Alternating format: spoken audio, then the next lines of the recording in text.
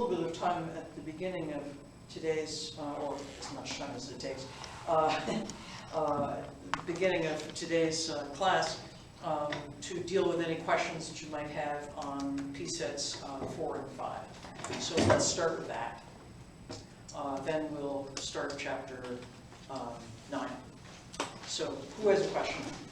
I noticed that 2 people have turned in 1 P-set each on of the 2 P-sets. So clearly there's some understanding, but I want to deal with whatever other questions people have. So let's start with that. I have questions mainly on P-set 5. Sure. So I know you already turned in P-set 4. Yeah.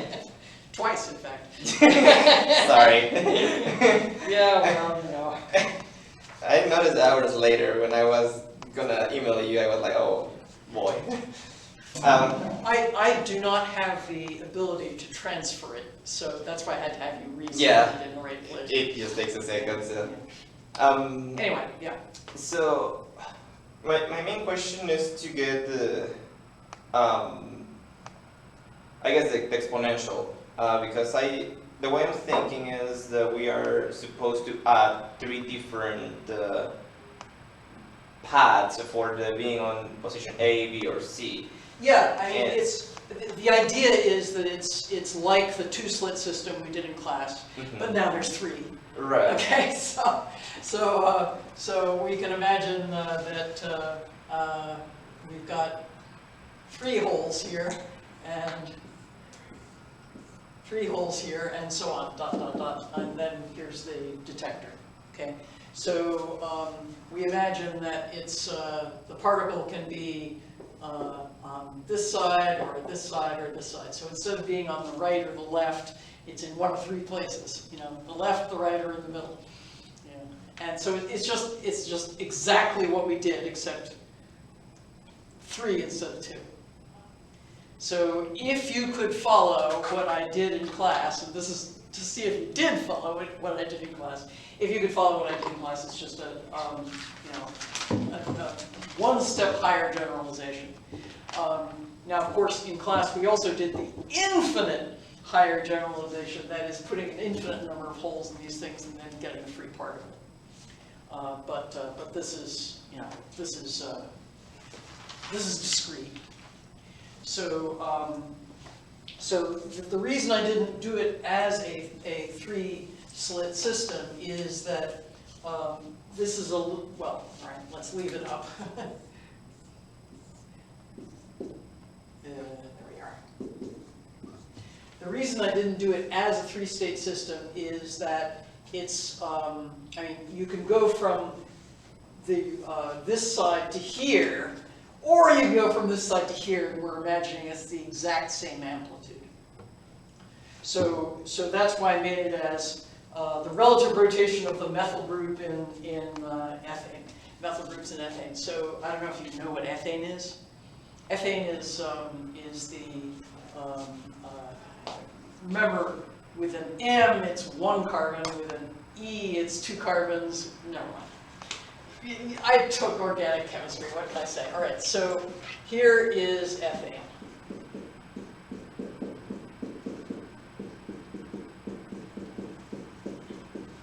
I'm sorry for the bad drawing. What you should imagine is that each bond that the carbon atom forms with the 4 thing is that they're at the corners of a tetrahedron. So there's 120 degrees between each one. So if you look at it sort of end on, here's both carbon atoms, and here's H, H, H. There we are. That's not too bad, right? Okay. And so here's the corners of the triangle with the top of the tetrahedron going to the other carbon atom. So we imagine that I mean, I'm just labeling them 1, 2, 3, or A, B, C, or whatever. But this state is exactly and the lowest energy state is where the hydrogens from the other carbon are displaced like that, because that way the hydrogens aren't bumping into each other, and you know they're partially positive, so they sort of repel each other.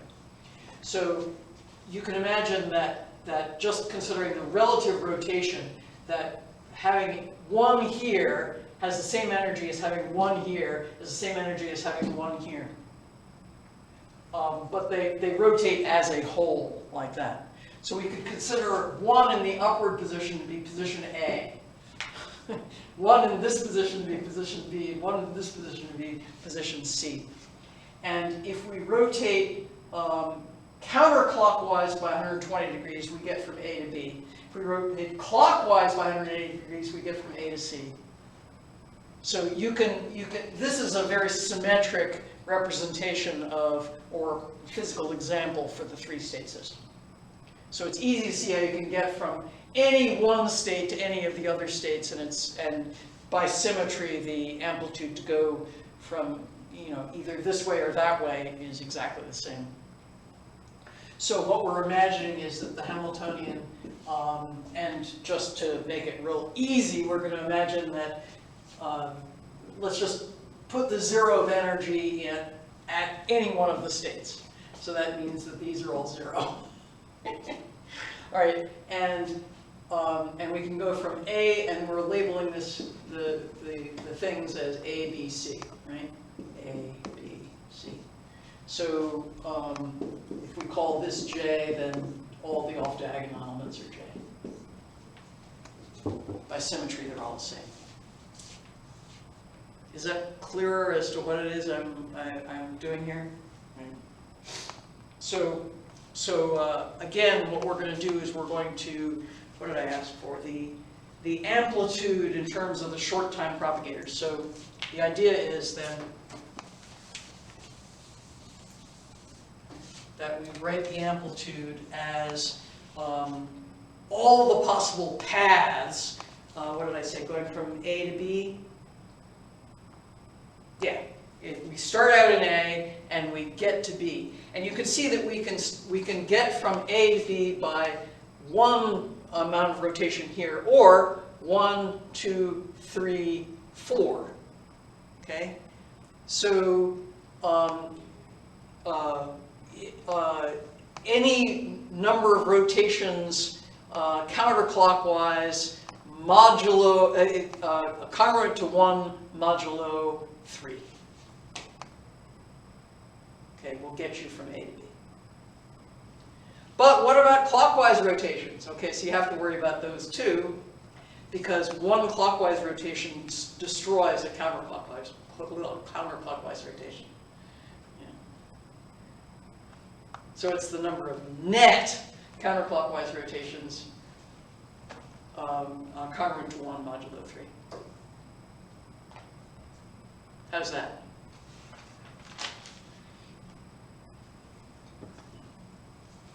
So the idea is would write this as the sum over paths, all possible paths that get from, what did I say, A to B? Yeah, A to B. Going from A to B. And then we have the short time propagators. What do they call them in class? Call them K. From alpha I to alpha I plus 1 in a time quantity. That's all we're looking for. And then, of course, you need to evaluate that and all that other nonsense. But that's how to start setting it up.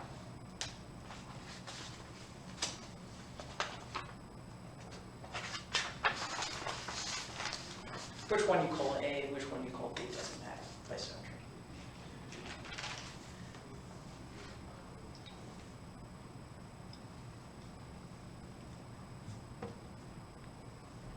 All right, well, get started on it, and then when you get stuck, email me, okay?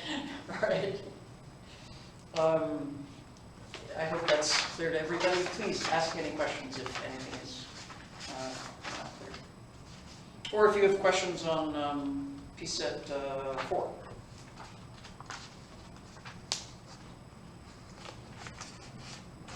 Did the recording of my doing the example problems from Chapter 8 come out okay?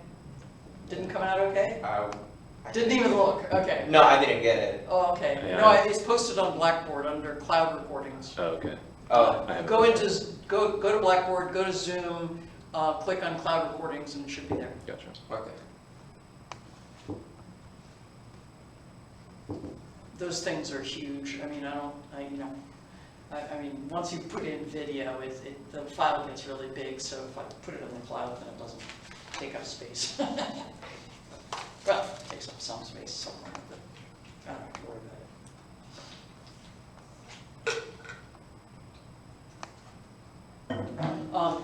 it. The other thing that I wanted to just spend a little time on is the midterm. I did make up the midterm. Okay, there are two problems on it. One is on path and rules, and the other is on harmonic oscillator. So there's nothing from chapter 9, and I want everybody to schedule their own week when they're going to do it, and just pick a week and tell me, and I'll email it. I'll email you the exam. Okay. I don't know if you got my email asking about if it is possible to have it, if I could do it over spring break. Oh, sure. Any week at all. Okay. Yeah. That's what I was thinking too. I won't be physically here during spring break. I'm going to be in Baltimore. I'm visiting my daughter. She's pregnant, and but I'll be in touch emailally. So yeah, that's fine.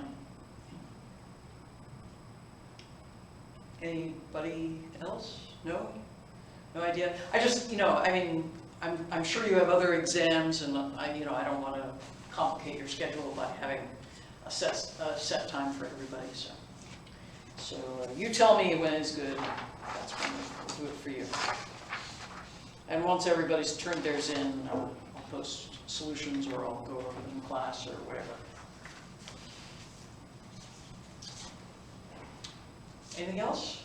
Questions, thoughts? Okay, well, let's start chapter 9. Chapter 9 is kind of a... Are you ready? Yeah, I did remember it well, sorry. Wow.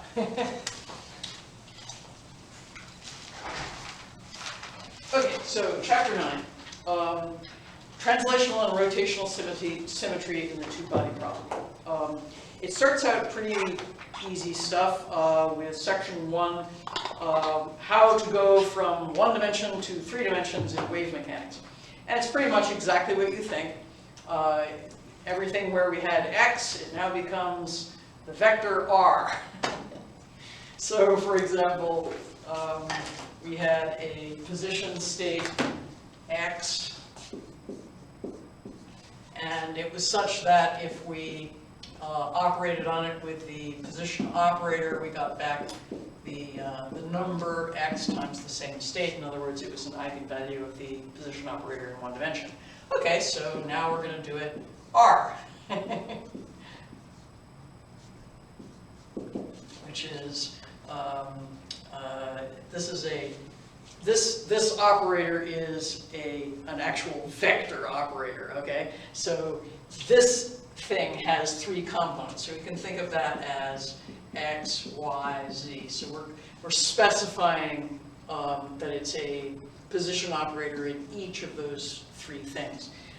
The obvious question is here, can you have a mixed representation? The answer is yes, but he's not doing that explicitly. We'll talk about that after we do problem 1, I guess. Similarly, if we have a state psi, and we want to write it as a wave function, we can insert a complete set of states here, and a complete set of states in 3 dimensions will now be 3 integrals, dx, dy, dz, or in fact, or in some other, I mean, you don't have to have Cartesian here. He does Cartesian, but, whatever. So this will be x, y, z, x, y, z, psi. So all I'm doing here is inserting a complete set of states. In other words, I'm multiplying by the number 1, but the number 1 in 3 dimensions as opposed to the number 1 in 1 dimension. But still the number 1. And he rewrites that as integral d3r of r psi, where this is now a vector. I guess I should have written this as a vector. Anyway, that's equation 9.3. So all the things that we had here go over to here. So for example, we had x prime, which was the Dirac delta function of x minus x prime. So guess what? R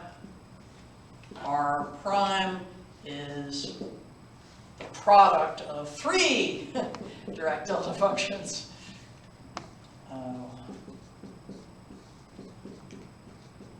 And that's equation 9.4. And these, I mean, again, you're not restricted to Cartesian coordinates. You can do this in spherical coordinates as well. Let's see. Okay, now we're doing something that actually is not so completely obvious, and that's the translation operator t. Remember when we had just one dimension, we said that the translation operator t, and we would have it as a function of a, where a is a number, and if that acted on a coordinate basis set x, that would give you the state x plus a. So now we have t hat, which can be a t hat for in 3 dimensions, and he calls this ax in the I direction, ay in the j direction, and az in the k direction. I think that's what he uses. Yes, amazing. And so all this does is x plus ax, y plus ay, z plus az. And that's equation 9.9. Okay. So this is the translation operator, and we remember that the generator of translations in 1 dimension was the momentum operator. So we call P sub x the generator of translations. All right, this is the translation operator. All right, so Px was the generator of translations, and what did that mean? That meant that the t operator in 1 dimension could be written as e to the I pxa over h bar, and that's equation well, all right, it's not, but it's he just immediately goes on to this. So t in 3 dimensions would look like of ax, ay, az would look like e to the minus I p dot a, where this is the operator, the vector operator p, and this is the vector number, the 3-dimensional vector of numbers, a, of course divided by h bar. Otherwise your units aren't right. Okay, and because the different dimensions commute with each other, that is, sorry about that. Because the different dimensions commute with each other, that is, x commutes with y, commutes with z, and px commutes with py, commutes with pz, you can immediately write that t of ax in the I direction times t of ay in the j direction can just be written as e to the minus I px ax over h bar, e to the minus I py ay over h bar, and e to the minus I px ax plus py ay again over h bar. In other words, in this particular case, the exponential of one operator times the exponential of the other operator is in fact equal to the exponential of the sum of those two operators. But remember, that's only true when those two operators commute. In this case, they do. Okay, so you can immediately write that down. And that's equation 911. And I guess I'm just using this already. This is 914. 914? Yes, 914. Okay. So we know that the generator of translations in one dimension commutes with a generator of translations in another dimension. That's why this is true, and that it therefore follows that the translation operators in different dimensions commute with each other. However, the generator of translations in one dimension does not commute with the position operator in that same dimension. In fact, we know perfectly well that say x comma px is IH bar. So if you have a t operator in, say, the I direction, AX I, so this would be a translation operator only in the x direction. This would not commute with since this is a function of the px, this would not commute with x.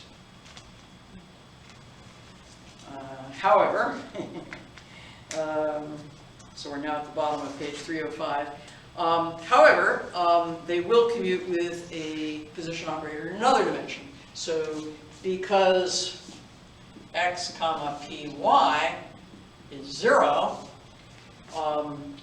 that is, or y comma px, I guess I should say, since I'm doing this one. This will commute. So this is the same as y t hat ax. And he has an actual proof of that in equation 916.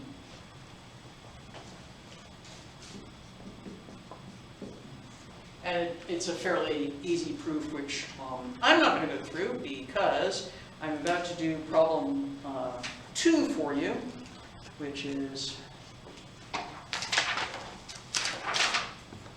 from this section. Let's see if I can find it.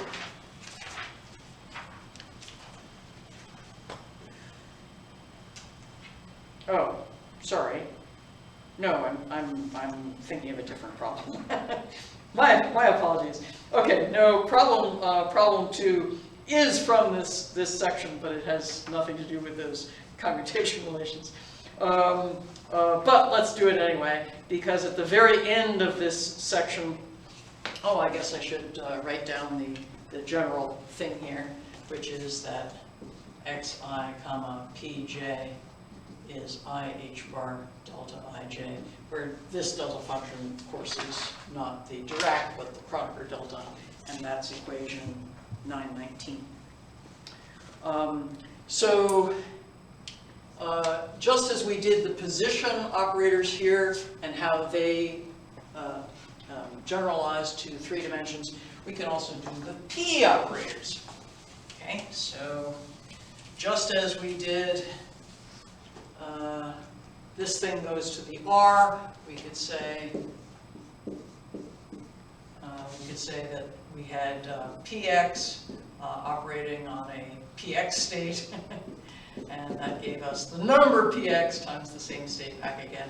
And now we're going to have various a whole vector, right? So the p operator, which is a whole vector, and this would give us the vector number p times the same state back again. And this is equations 920 and 921 split up into pieces. And just as we had these guys be normalized by delta functions. The p states are also normalized by delta functions. So we had p x prime is delta px minus px prime. And now we have p prime equals delta px minus px prime, delta py minus py prime, delta pz minus pz prime. Okay, and that's equation 922. Okay, all right. Okay, finally, we've gotten up to problem 2.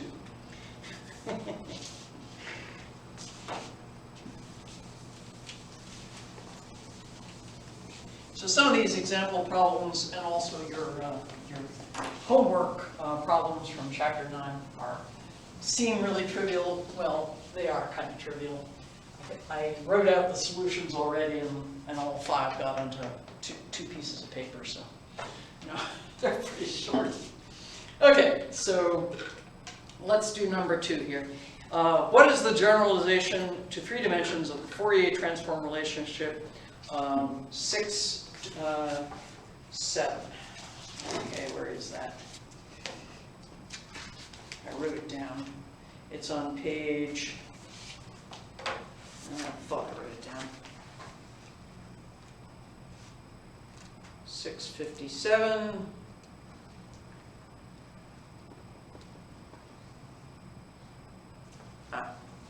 So 657 is on page 204.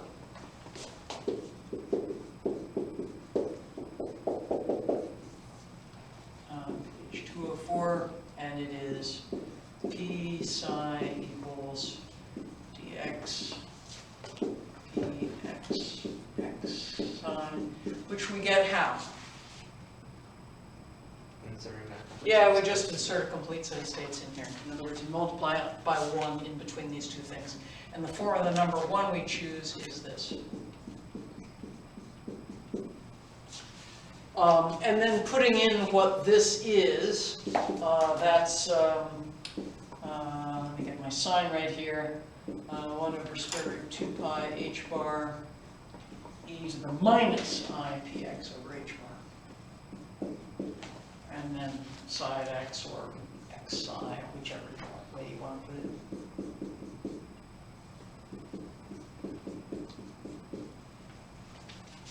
So that's one of the 2 equations. There's an A and a B. This is A, and then B is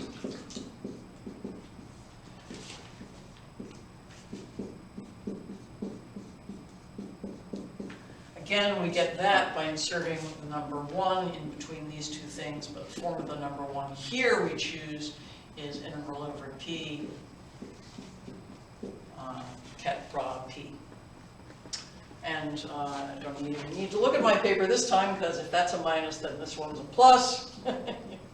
1 over square root 2 pi h bar e to the plus phi p x over h bar, and then psi p, which is the same thing as p psi. Well, so what does this say? This says that the wave function in position space is the Fourier transform of the wave function in p space, and the wave function in p space is the Fourier transform of the wave function in x space. So it's a Fourier transform pair, and as usual with Fourier transforms, it's a bijection, which means that it's unique, right? So for every wave function in position space, there is a unique wave function in momentum space that corresponds to its Fourier transform. Okay, I guess that's sort of obvious. So what do we do in 3 dimensions? Well, all we have to do is just put hats on everybody, right? So this becomes a vector. This becomes a vector, which we're now renaming R, just for funsies.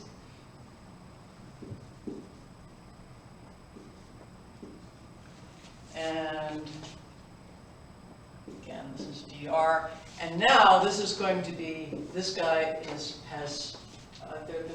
there's 3 of these, okay? 1 in each dimension. and this will be the vector P dotted into the vector R. And this will now be side R. So the qualitative description of this equation is exactly what it was before. The wave function in momentum space is the Fourier transform of the wave function in position space. It's just that there's 3 dimensions now instead of 2. And similarly down here, I guess I should have changed this too. So this is the wave function in position space.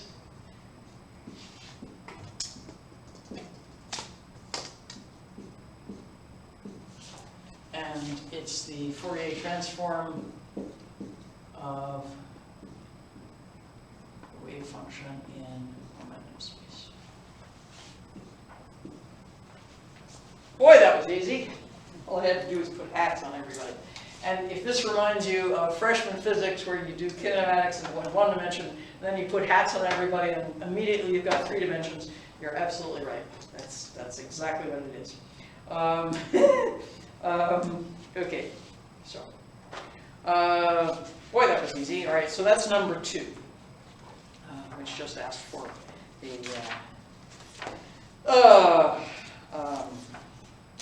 Fourier transform in 3 dimensions. Okay, let's go back to the book, and we just did section 1, which essentially was, put a hat on everybody. Now we get to some interesting physics, finally, in section 2, where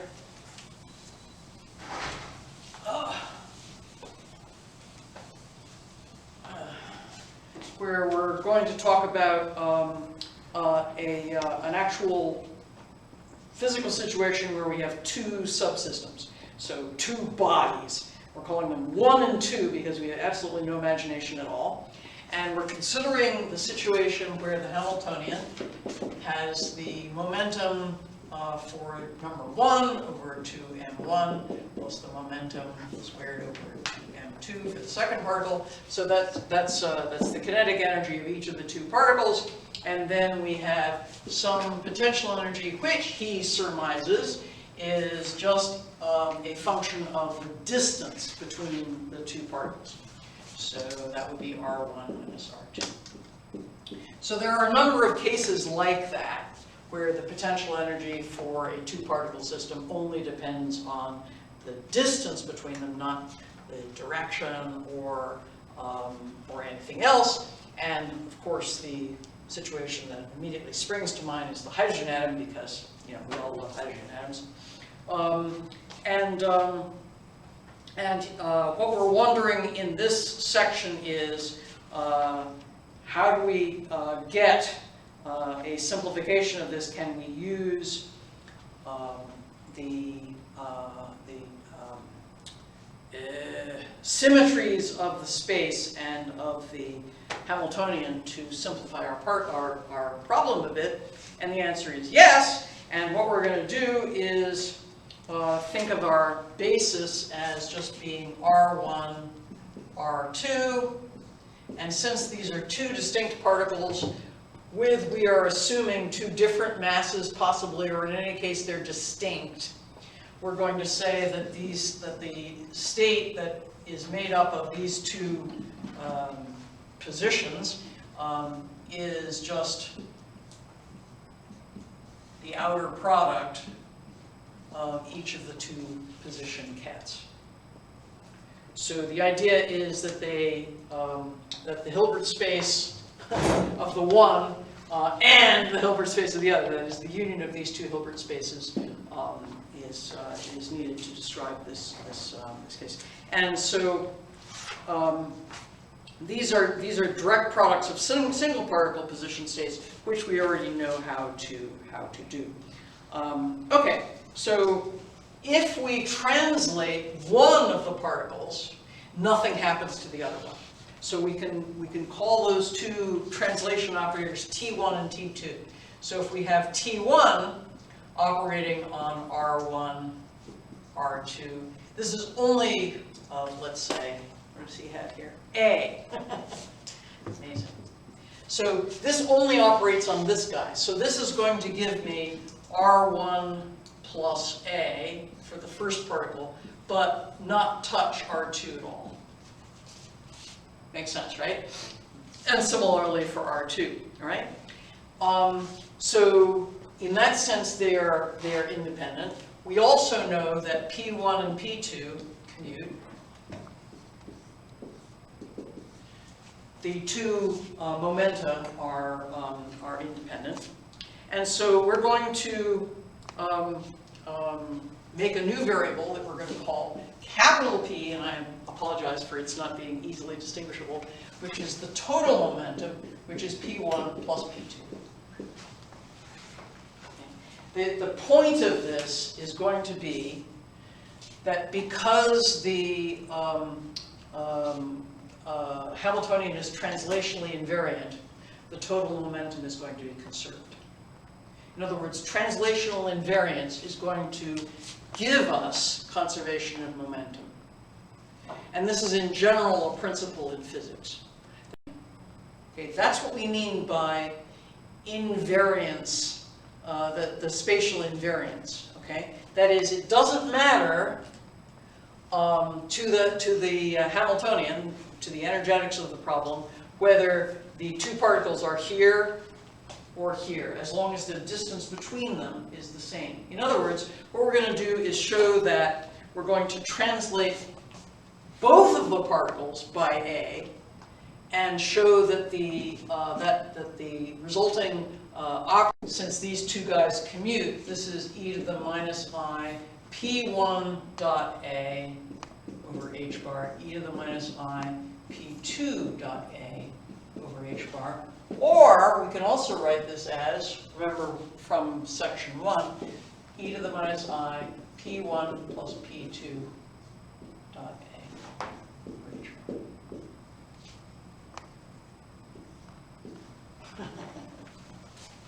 Okay, so you can see that it's going to be quote-unquote obvious that that this operator here, this combined operator here, commutes with the kinetic energy part of the Hamiltonian. Is it obvious to everybody?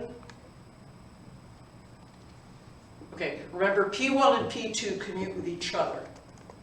Okay, and therefore, it is obvious that T1 commutes with P1, right? Because T1 is only a function of the operator P1.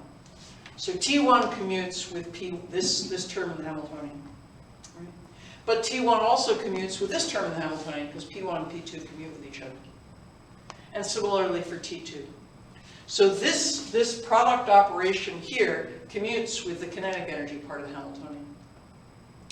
But it also commutes with the potential energy part of the Hamiltonian as long as V only depends on the distance between R1 and R2. And graphically, that point is made here in figure 9.2 on page 308. You imagine that here is R1, and here is R2, and here is R2 minus R1. And if we translate both of these things, R1 and R2, by A, then we get the exact same difference. This is figure 9.2, except not drawn nearly as well. Is that sort of clear? Yeah. All right, so how do we show that this, it's clear that it ought to be true. How do we show that it is true? Well, we just take this operator and we have T1 of A, T2 of A, and V. and what we want to show is that if this operates on the state R1, R2, we get the same thing as if we reverse the order. Okay. So that's at the top of page 309. So notice if V operates on this state, what happens? Well, V is a function of R1 and R2. So that means that this state is an eigenfunction of this operator. Make sense? Right? Because this is any function that's only a function of position will be an eigenfunction of this state. Make sense? So this is T1 of A, T2 of A, V of R1 minus R2, and then the same state back again, R1, R2. So far, so good? All right. Okay, so this is now a number, so I can move it over here. And then what happens? Well, each of those gets translated, right? So this is now V of R1 minus R2, and then R1 plus A, R2 plus A, right? Because that's all it does, right? Okay, so that's the same as equation 934, right?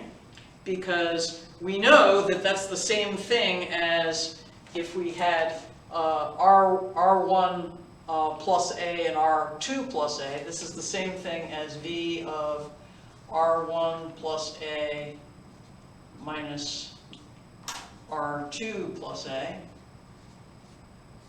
R1 plus A, R2 plus A, right? I mean, this is a function only of this difference. But that's the same thing as V times T1, T2, R1, R2. Right?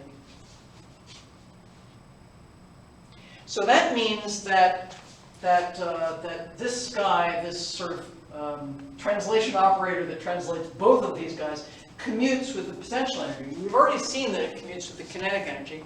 So our conclusion is that H, comma, T1 of A, T2 of A, the commutator is 0. And that's equation 939. Okay, so how does that give us conservation of momentum? Well, we know that for any operator, if you want to find the time derivative of the average value, and this is way back in chapter 4, if you want to find the time derivative of the average value of this total momentum operator, all right, let me get my I's and H bars right. This is I over H bar times the average value of the Hamiltonian commutator with the operator you're interested in. So since we've just found out that H comma P is 0, right? We know that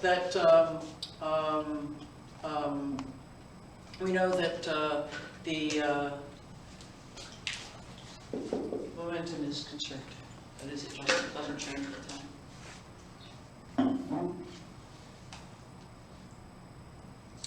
Pretty cool, huh? All right. Okay. It's worth commenting, and he does this in some length on page 310, that if you add another particle, it's no longer true that you can translate two of the particles and it will commute with the Hamiltonian.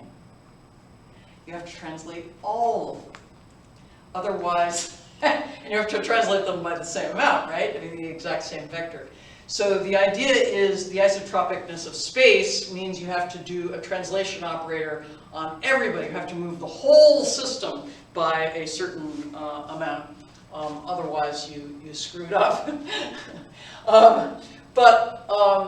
That's going to be, you sort of already knew that that was the case, because if you're going to conserve momentum, and you've got a 3-particle system, obviously, there's going to be one more term here, which means that you're going to have a translation operator of the third particle as well. So that's down to the end of page 310 and the end of that section. Okay, let's do one more section and then I'll do some problems for you, or a problem for you. And we'll move on to the next section. Okay, so we've already talked about the total momentum operator for our 2-particle system. We're now going to talk about using center of mass and relative coordinates. So the relative coordinate r is r1 minus r2. Or does he do r2 minus? No, that's the way he does it. And the center of mass is the mass weighted.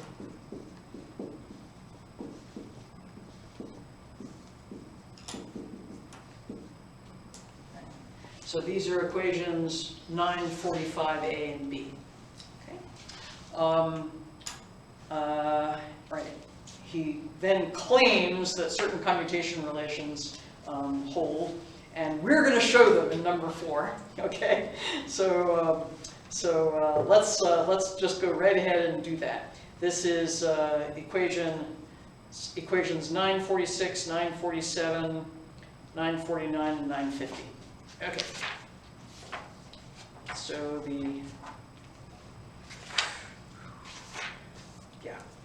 So we're going to show, so this is now problem 4. So we're going to show that xi p, capital Pj, is 0. That capital Xi, capital Pj is I h bar delta ij. That little xi, little pj is I h bar delta ij, and that capital Xi, little pj is 0. All right. So let me just write up the definitions of all these capitals and lowers. Here's the capital and lower. This is relative, and this is center of mass. Okay? All right, so, and then we've got capital P, which you remember was P1 plus P2. We already did that one. Ooh, sorry. I guess I should put a hat on it to be totally consistent. I'm terrible.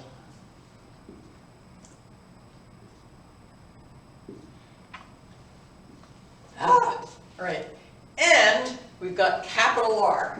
Oh, we already put capital R, sorry. Little p. And little p is the little p is, let me just make sure I've got this. This is page 311. Yeah. This is M1 P1 minus M2 P2 divided by M1 plus M2. So that's the relative momentum operator. This is the center of mass, and this is the relative. Okay, so relative and center of mass. Okay. All right, so we want to show all these things about the different operators. Okay, piece of cake. Okay, all we have to do is put in the various definitions, and then it just comes out and stares you in the face. So let's do some of these. So let's start out with this one. Xi, comma, capital Pj. Okay, so this is the relative. So I'm going to use this. So that's going to be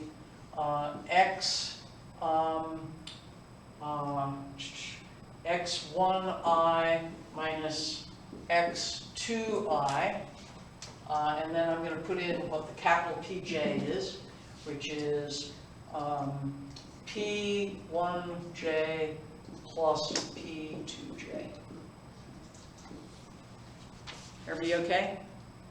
I'm just putting in definitions. Remember that the x and the, when I'm putting the subscript I, I'm taking a component. Okay, so I and j go from 1 to 3 for the x, y, and z components. Is that lowercase p, the equation 948, That's lowercase p, 9.4? and this is uppercase p, and I'm terribly sorry they look so similar. I'm just making sure that's the relative moment. Yeah. Okay. This is the relative line, and this is the center of mass line. In the book, they have M2, P1 minus M1, P2. Oh, did I screw up? Just before we get in there. Ah! Wait, if that's 948. You are right. You are so right. Thank you. Thank you very much. Can't even copy straight. Brain is out to lunch. Okay. All right. So we've put in the definitions of those two things,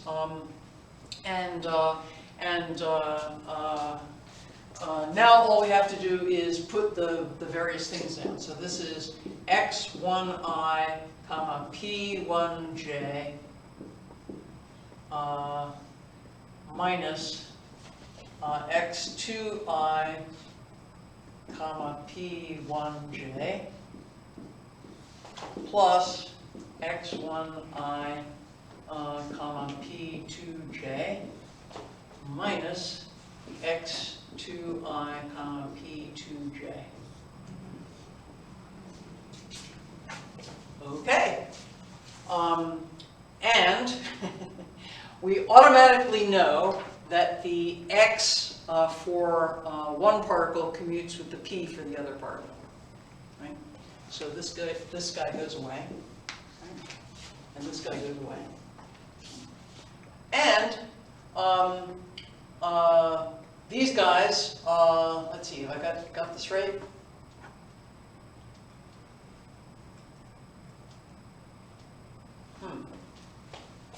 Did I miscopy this?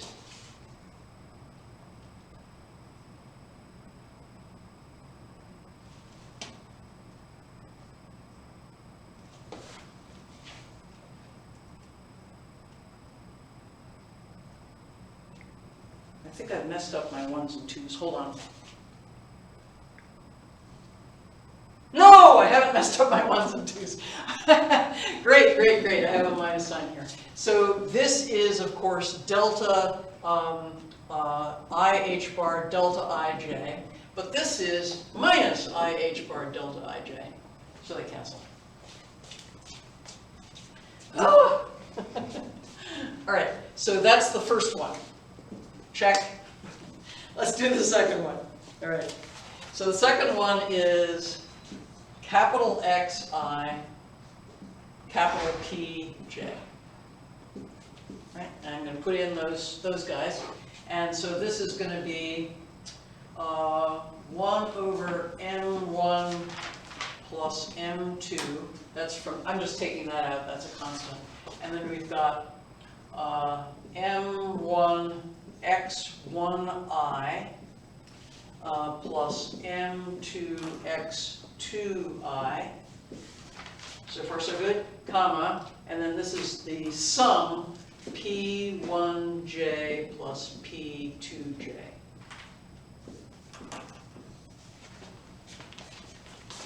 So far so good? Okay. And we can take those two terms out too. I mean, that is, we can write this as the total, just the way I did up. Take them, split them up. So we've got 1 over m1 plus m2, and then we've got m2 times x1i, comma p1j,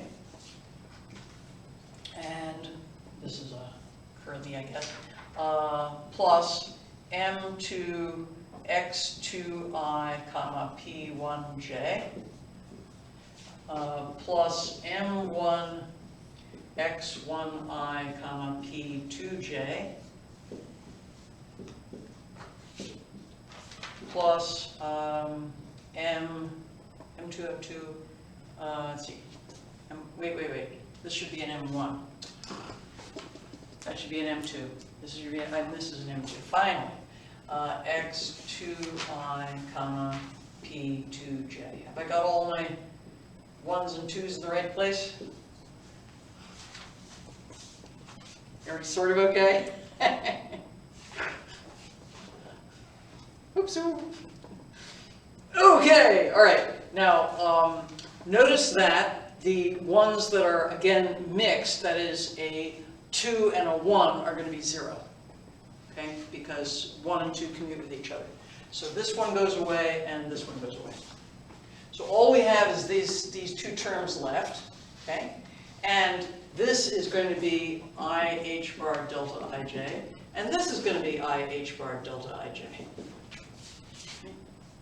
But now they add, so we get m1 plus m2 divided by m1 plus m2 times I h bar delta ij. Yay! You just have to keep your head and your subscripts straight. But these aren't hard, but you just have to be careful. Okay, I need more boardage, so I'm going to erase these guys if that's okay.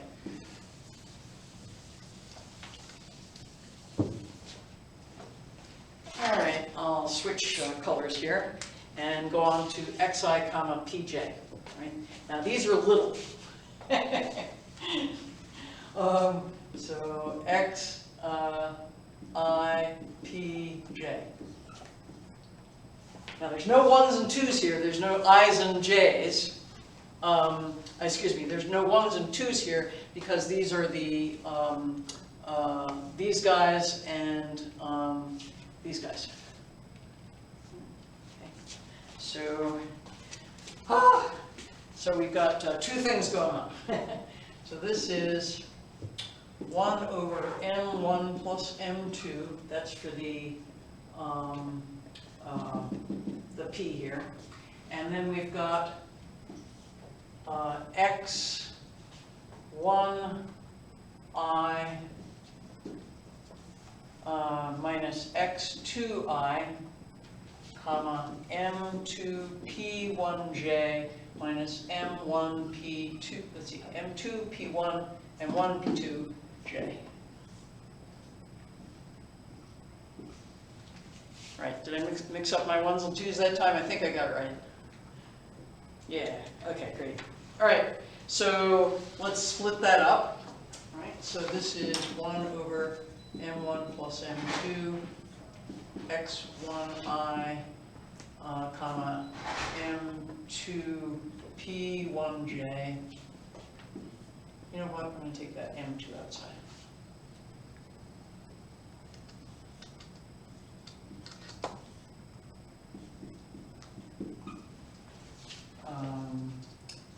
Minus m1 x1 1i comma p2j plus let's see, m2. Wait. M2 times that, m1 times that, minus, there we are, minus m2 x2i comma p1j, and then plus m1 x2i comma p2j. All right, somebody check my arithmetic. I will check my arithmetic by looking down at this.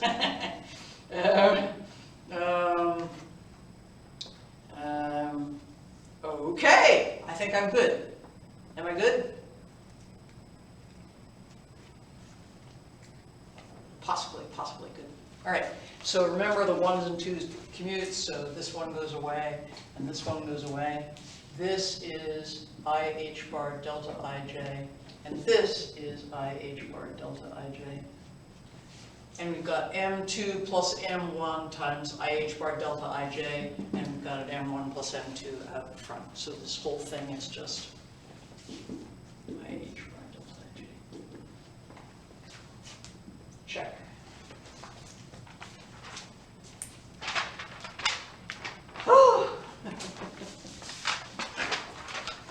All right, last one. Okay, so last one we're going to do is this one, because that's the last one. So capital XI, little pj equals, right? So if we've got capital and little, we've got two factors of 1 over m1 plus m2. Right? 1 over m1 plus m2, and I'm squaring that, because I've got one from here and one from here. And then we have m1 x1 plus m2 x2 I, 1i, 2i, and then comma, m2 p1 j minus m1 p2 j. I think I wrote it down right this time. Amazing, I did. Okay, all right. So let's split it up again. 1 over m1 plus m2 quantity squared.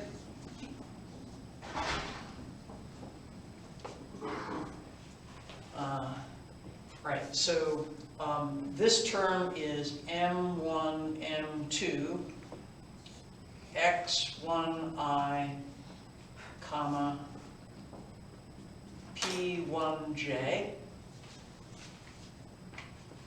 And then this one and this one is minus m1 squared, x1i, comma, p2j.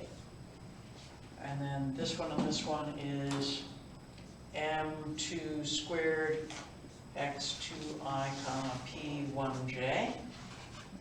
And then this one and this one is minus m1, m2, x2i, comma, p2j.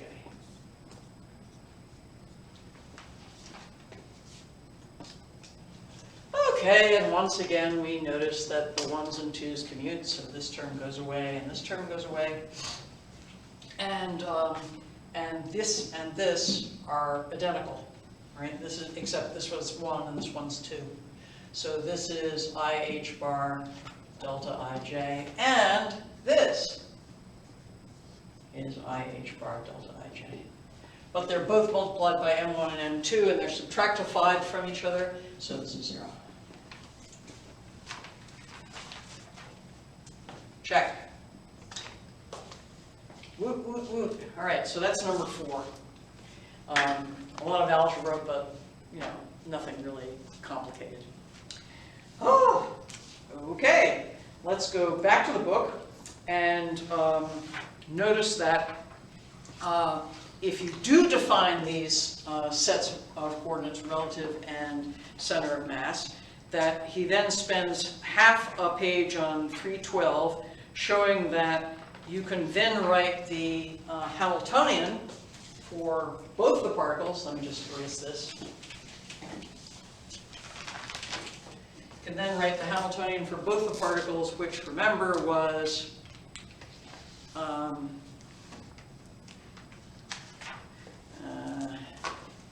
H equals P1 squared over 2M1 plus P2 squared over 2M2 plus V of R1 minus R2. Remember, that was the Hamiltonian that we were considering. And what he shows in a couple of lines there is that if we define also capital M as the total mass, which is clearly M1 plus M2, and something called mu, and it's always called mu, I'm terribly sorry that it really is called this, as the relative mass, or reduced mass of M1, M2 over M1 plus M2, that then you can write this total Hamiltonian as HCm plus HRel, where HCm is just capital P squared over 2m, and HRel is little p squared over 2 mu plus v of r. Where, this, remember, was the relative momentum, and this was the relative coordinate, and this is the total momentum. And you can see from this rewriting of this, which is, you know, as I say, takes a couple of lines of algebra. You can see that if you can write this, if you can do it this way, that you then have split the Hamiltonian into a center of mass part and a relative part. Center of mass part is really easy. It's just a free particle. Okay, so we just ignore that. Okay, we say, okay, we just have a free particle whose wave function is just the momentum eigenstate, and then we just concentrate on this part, and we just call this the Hamiltonian. In other words, we're operating from a center of mass coordinate system. And this just shows that you can, in fact, do that. So that takes us to the end of section 3, and up to the beginning of section 4. This is a really fun section, and I can't resist going through it. Kathayda. So this is something that puzzled me when I was in 7th grade and learning about atoms as a little kid. All right, we have a hydrogen atom is a positive proton and a negative electron, and my teacher showed everybody that it just orbited the proton, and I know this is wrong, okay? But this is what my 7th grade science teacher said, and that just really puzzled me, because couldn't you make this lower energy and lower energy and lower energy just by having the electron be closer and closer and closer to the proton? I mean, why don't they just be on top of each other? I mean, why doesn't that happen? And that's a really good question.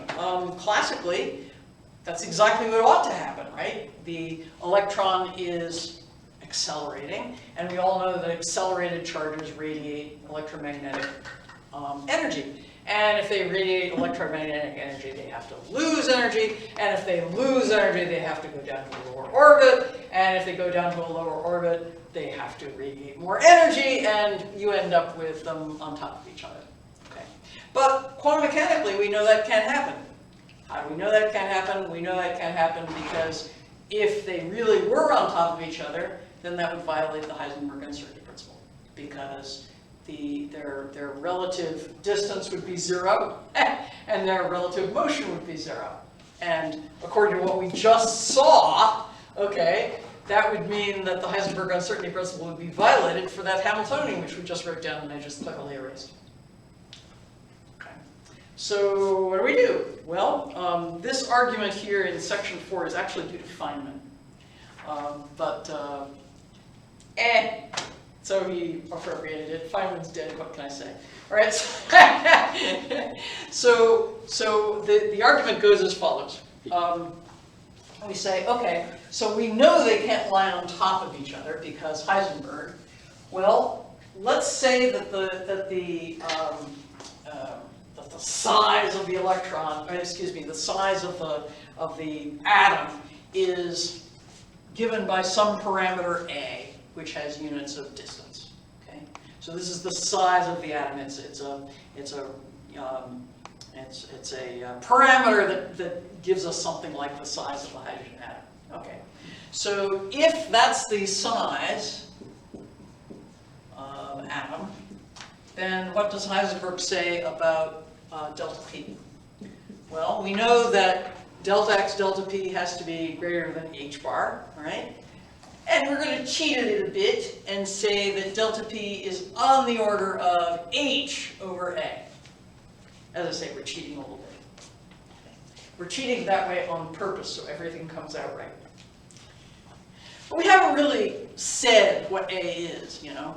So we're being a little vague anyway.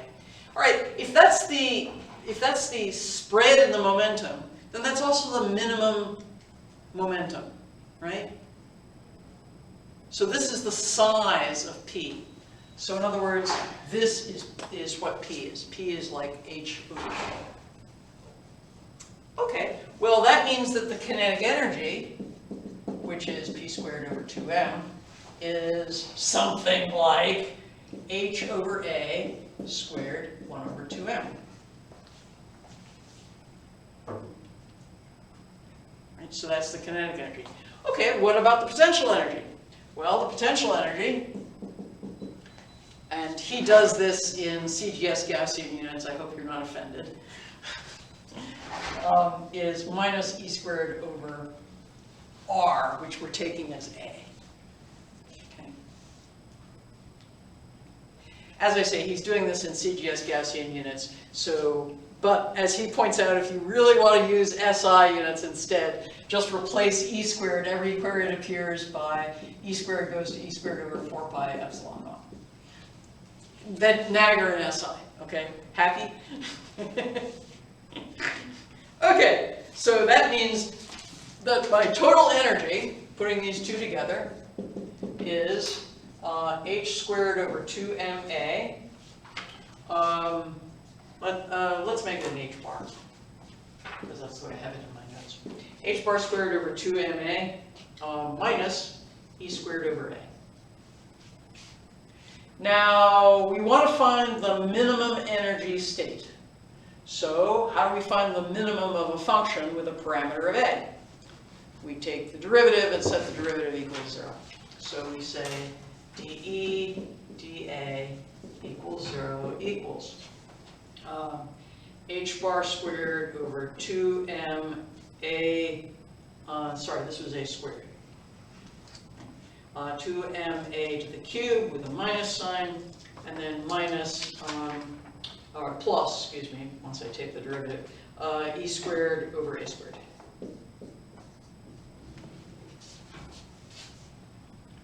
All right, so the value of A for the ground state will be the one that minimizes the energy. Well, I can solve this for A. Just take this whole equation and multiply through by A to the cube, and that will cancel this guy and just make this an A, right? And then we can just take the e squared over to the other side, and what we get is A is, or what we call A naught, is h bar squared over m e squared. And again, you can put in the 4 pi epsilon naught if you really want to. Oops, should have said equals. Okay, so that's the A for which the energy is minimum, and we're cleverly calling it A naught. And why are we cleverly calling it A naught? Because it's in fact the Bohr radius. So if you put in numbers for this, you in fact get 0.528 angstroms, which is of course the Bohr radius. Bohr radius. Of course, we cheated a little bit. Okay, now we can also get what that minimum energy is. That is, we take this A naught and we plug it back into here to get the minimum energy. Right? So E min equals 1 over A naught h bar squared over 2m A naught minus E squared minus E squared. We already took out an A naught. Okay, but remember that A naught is h bar over me squared, so I'm going to replace that by h bar squared over me squared. The m's go away, and the h bars go away, and we get e squared over 2 minus e squared, or minus e squared over 2. Minus e squared over 2 A naught.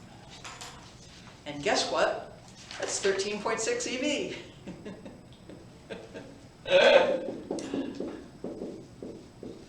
Yay!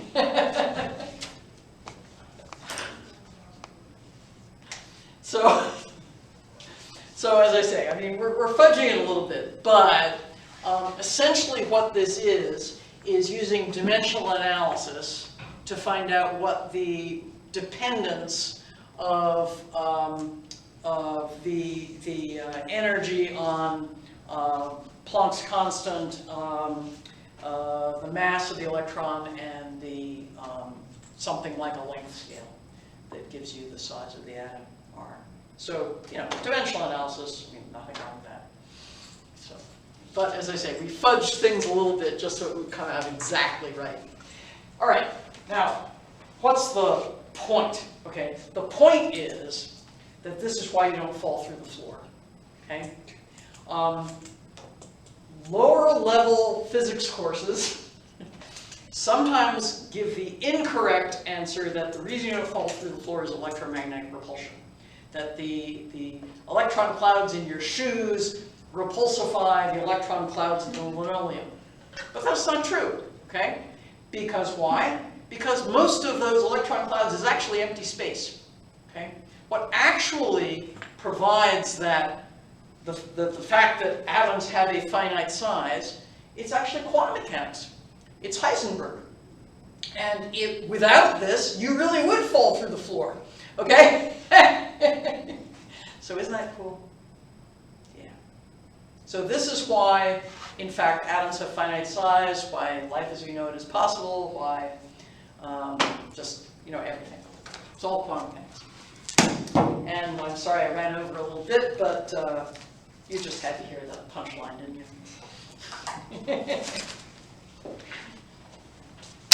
Yay, quantum mechanics. Any questions? Okay.